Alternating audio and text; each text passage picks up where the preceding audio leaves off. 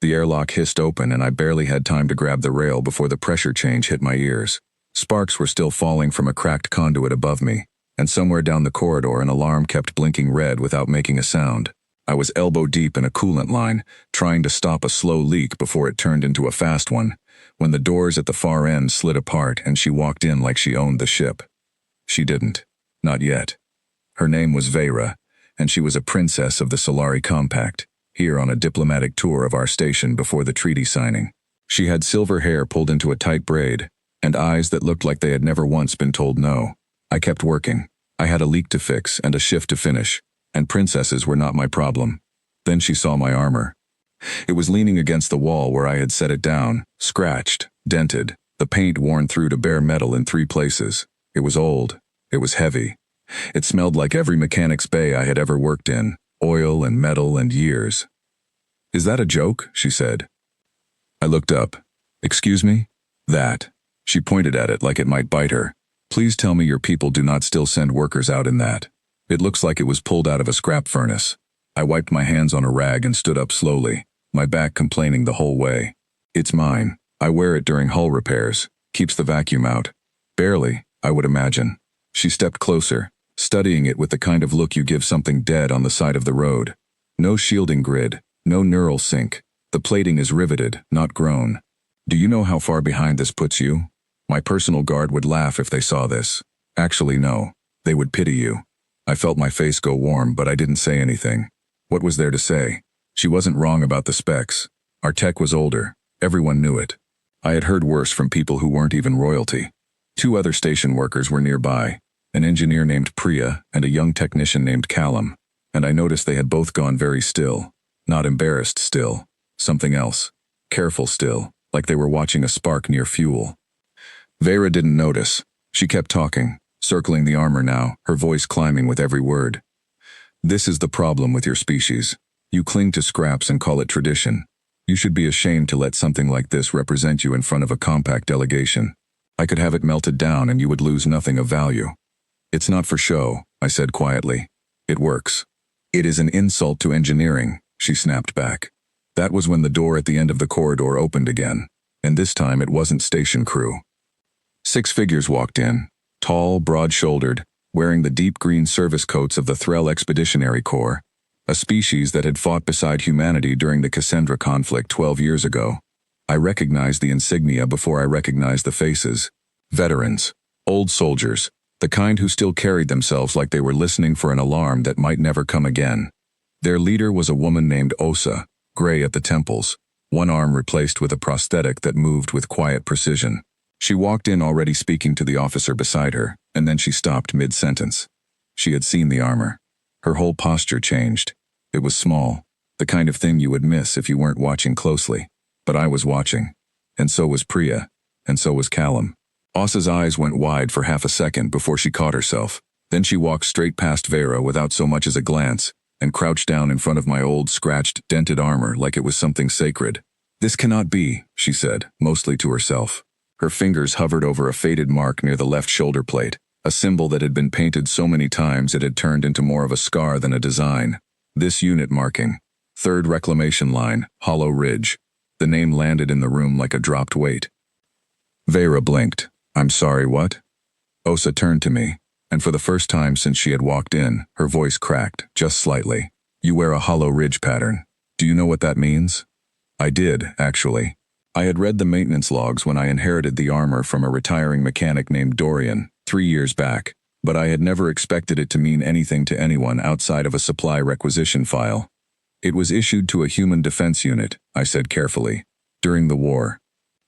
"It was issued," Osa said, standing again, "to the unit that held Hollow Ridge for 11 days with no reinforcement and no resupply, while the rest of the sector evacuated. My company was 2 valleys over. We heard the reports come in every few hours, fewer voices each time. We thought no one made it out." The corridor had gone very quiet. Even the blinking alarm behind me seemed to hush itself. "Some of them did," Osa continued. "Not many, but enough that the line held long enough for 3 transport convoys to escape with 40,000 civilians aboard. My sister was on one of those transports. She is alive today, with 2 children of her own, because a handful of humans in armor exactly like that one refused to fall back." Vera had gone very pale.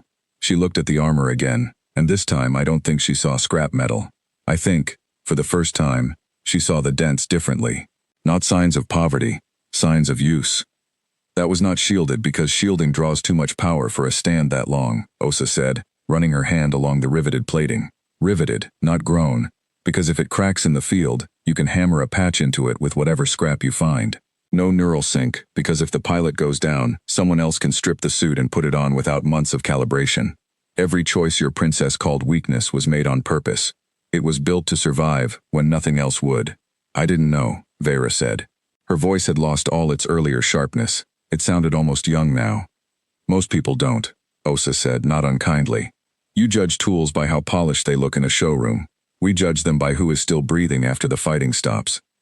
One of the other veterans, a younger officer named Brandt, stepped forward and did something I did not expect. He came to attention in front of me, back straight, chin level, and gave a formal salute, the kind reserved for ranking officers, not mechanics fixing coolant leaks. Sir, he said, on behalf of the Threll Expeditionary Corps, thank you. I didn't fight at Hollow Ridge, I said quickly, feeling heat rise in my face for a completely different reason now. I wasn't even born yet. I just fix hull breaches. This armor was passed down to me. Then you carry it well, Osa said. That is enough. Vera was quiet for a long moment, staring at the armor, then at me, then at the veterans standing at something close to attention, in a maintenance corridor, that smelled like coolant and burnt wiring. She straightened her shoulders, and when she spoke again, her voice had changed completely. I spoke without knowledge, she said. That was careless of me, and beneath the dignity of my station. I am sorry.